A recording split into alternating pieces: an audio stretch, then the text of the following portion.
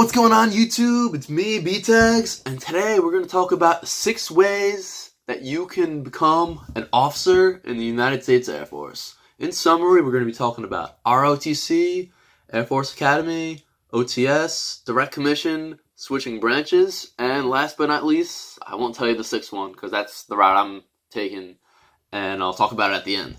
So, quick background about me. I'm enlisted. I'm in the Air National Guard. I've been in for 6 years, 4 of which were active, and I am a staff sergeant.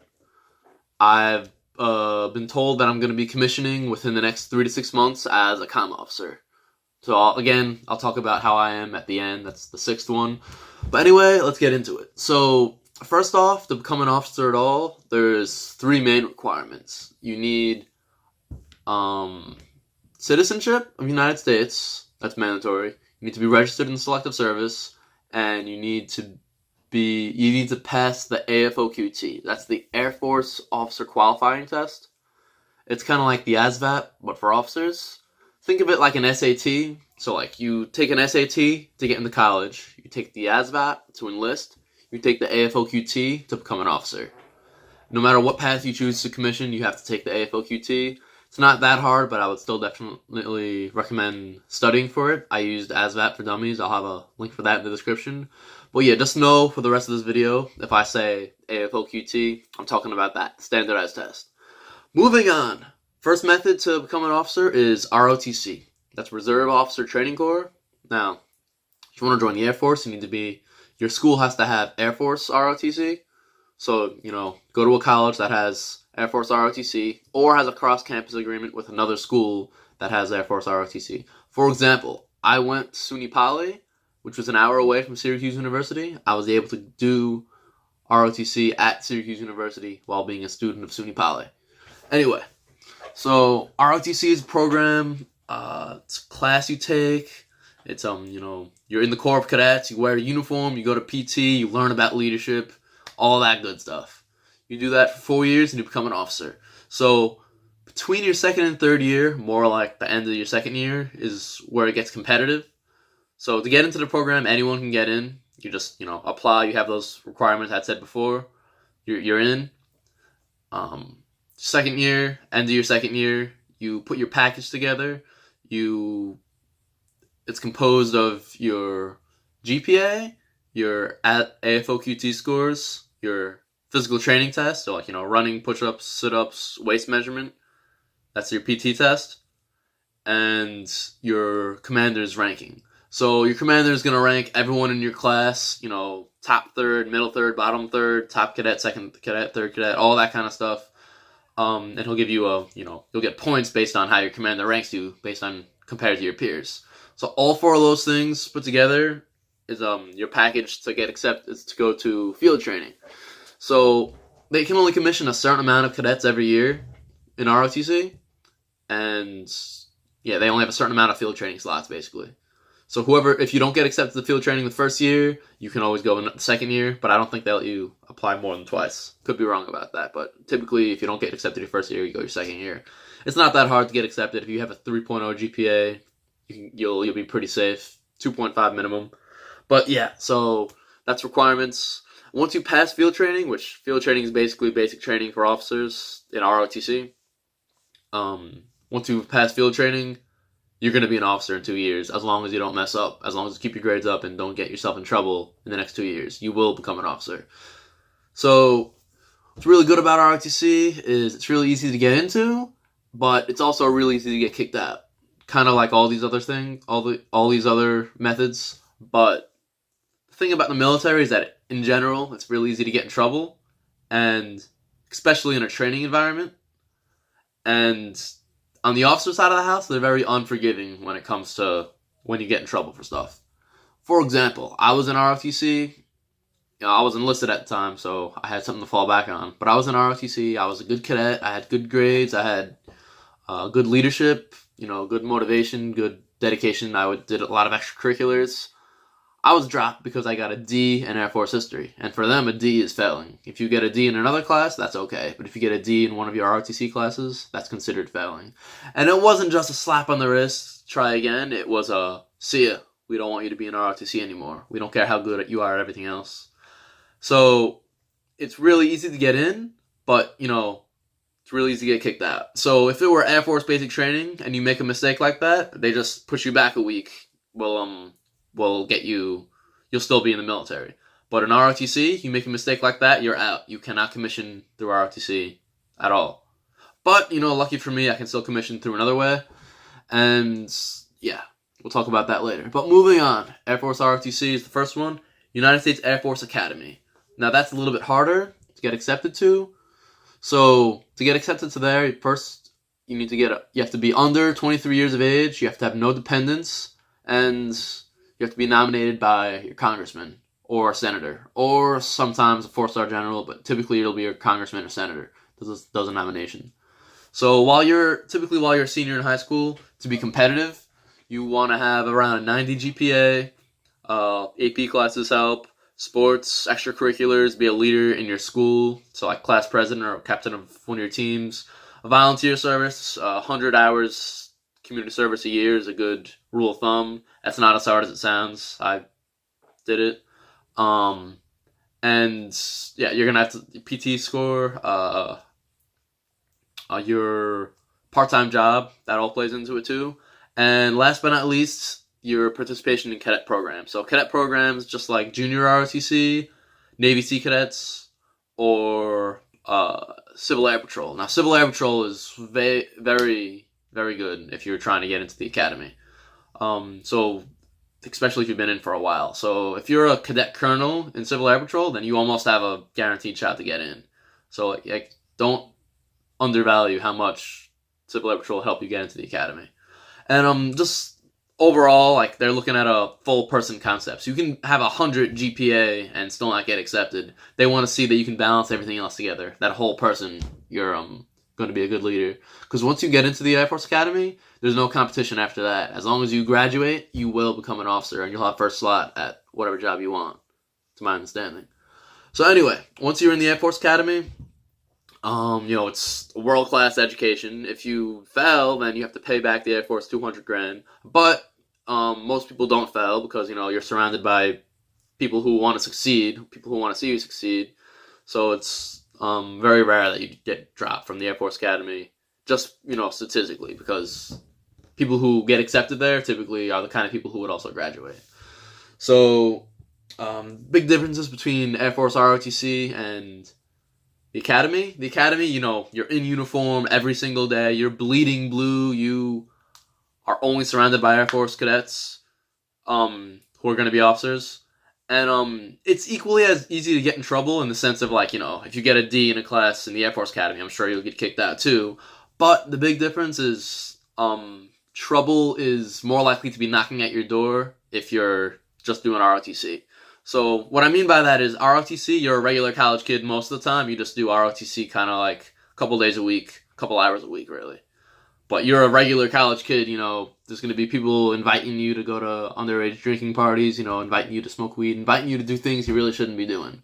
Whereas in the academy, you're only going to be you're not going to have as much freedom. You're going to be on campus all the time. You're going to be surrounded by academy cadets, and it'll be a lot harder for you the opportunity to get in trouble won't be there as much. But you sacrifice a lot of your freedoms that you would have otherwise had if you were just in ROTC. So it's a personal preference which one you want to do. They both look good. They're both good things to do. It's really personal preference at that point. Third method to get in is officer training school. So this one, I would say, is probably actually the most competitive out of these three if you're not prior enlisted or never had any military background at all. So this is someone who wants to just go to college, no commitment whatsoever. ROTC, you don't make a commitment till you're between your second and third year. Academy, you make the commitment, the day you get accepted, basically.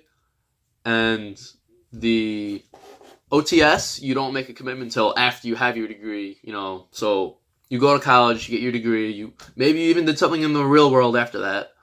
And then you decide you want to join the military, you apply to OTS. So you just go to a officer recruiter or a recruiter for officers. The recruiter themselves will still be enlisted, but in New York, I know there's one in Syracuse. It's either going to be a tech or a master sergeant usually. And yeah, they're basically your liaison to apply to officer training school. So what I mean by it's so competitive is because you're not just competing against other undergraduates. You're competing against people who probably have, master's degree, PhDs, and all these really hard degrees like computer science, electrical engineering. Maybe they have, I don't know, all these kind of crazy degrees and people you're going to be competing against. Whereas in ROTC, you're just competing against your peers who have the same amount of life experience as you. You probably would even have more. And yeah, you really don't have a military background. Or typically, if you don't have a military background, it's very hard to get accepted to OTS. So, as a general statement, about 45% of the officers that are commissioned in the Air Force come from ROTC. About 45% come from Academy, and only about 10% come from OTS. So, OTS is kind of like the floodgate. They can accept more or less depending on how many they need that year. But typically, it's probably the most competitive way that we've said so far to get a commission in the Air Force. And that's just OTS. After that, you go to Maxwell Air Force Base for 9 weeks, and you do the officer version of basic training. It's longer than field training, but it's, you don't have to do anything for the first 4 years. That's for someone no military background at all. You have your degree already. Okay, that's OTS. Fourth method is direct commission. Now this, arguably, I don't really know too much about, but the concept is, if you're going to be a chaplain, a doctor, or a lawyer, those 3 career fields are considered professional career fields. I don't know why, but that's just what the Air Force deems. They're considered professional career fields. If your degree is in one of those, then you apply, to be an officer in one of those fields. So, to be a lawyer or a judge advocate in the Air Force, or a doctor or a chaplain in the Air Force, then if you get accepted, you get commissioned right on the spot. Before you go to school or anything, you get your commission. You're a second lieutenant. So after that, you go to I don't know too much about this, but I know there's programs where they'll pay for your degree. You'll be a second lieutenant while you're a student, even though you won't have a uniform. There are programs like that, but generally after you get your direct commission, you go to what's called commissioned officer training, which is like OTS, but it's watered down, and you have your rank already before you go there. So you have your rank while you're in commissioned officer training. And it's basically just teach you what the Air Force is. I'd imagine they don't teach you as much about leadership. And I don't think there's any follow-on training after that, because you already have your specialty. You're already an expert doctor, you're already an expert lawyer, you're already an expert chaplain. So I don't think they have follow-on training after that. But I'll admit I probably know the least about this method than anything. I'll leave a link in the description to airforce.com. So you can get more information from them if you want to get commissioned that way. So that's the fourth way. Fifth way is going to be you can always switch branches. So let's say you're already an officer in a different branch, or you're already in a different branch and you already got disqualified for the first 4 ways we talked about. You can still do ROTC for any other branch. You can still do OTS or OCS for any other branch, or one of the academies for another branch, and become an officer that way. And then once you've been in for so long, you can switch, from one branch to another into the Air Force. Again, I don't really know too much about this, but I do know that it is possible.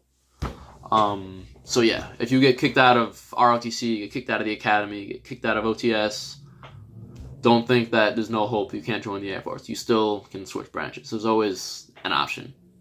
So, talked about 5 methods so far. We talked about ROTC, we talked about Academy, we talked about OTS, we talked about direct commission, we talked about switching branches. 6th method. Now this is what I'm doing. You can enlist first and then get your degree while you're enlisted, and then after you have your degree, apply for an officer slot. So I'm in the Air National Guard, so competing for an officer slot in the Air National Guard is a little bit different than competing for an officer slot active duty, to go directly to OTS. So OTS, ROTC, Academy, all these kind of things, you're applying out of a big pool of candidates. So basically there's some general or some colonel sitting behind a desk. He has thousands and thousands of resumes and packages, and he chooses, okay, I need 100. These are the 100 that I want. In the Air National Guard, you're hand selected for a slot. So I wasn't picked out of a pool. I went on about 10 boards, or maybe a little bit more, 10 boards over the last year. I've had my degree about a year. And every board that I went up to, there was it was for a specific slot at a specific unit. Most of them were in New York State. A couple of them were outside. And yeah, there could have been anywhere from 3 to 10 applicants for every board, and they can only hire 1 officer, sometimes 2 for every position. So the position that I was accepted for, I'm not going to tell you what unit, but I was the last board I applied for was back in November. I was planning to become a comm officer. The people on my board were the major, who was, the commander of the comm flight. The commander of the comm flight, basically. And then 2 other random officers on the base, just to be board members. So people who competed on the board, there was me, who had enlisted background, enlisted comm, and a human resources degree. So I didn't have a technical degree, but I was prior enlisted and prior comm. Second person they were a little bit older than me, but not in the military as long, and they didn't have a technical degree, and they didn't have a comm background. They had a biology degree. They did not get it. And then the third person, I don't know how old they were. I'd imagine I was older than them.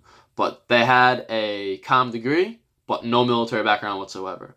So out of those 3 people, they chose me. And I'm really happy they did. And that's how I got my slot to be an officer in the Air Force. So I'm going to be going sometime within the next 3 to 6 months. And yeah, I chose to be in the Guard because that's a whole other video. But those are the 6 methods. If you like this video, please feel free to thumbs up and leave a comment if there's anything you'd like me to make in the future. I'd absolutely love to, share my experience and just share more information about the Air Force. That's it. Hope this video helped, and hey, good luck in all your future endeavors.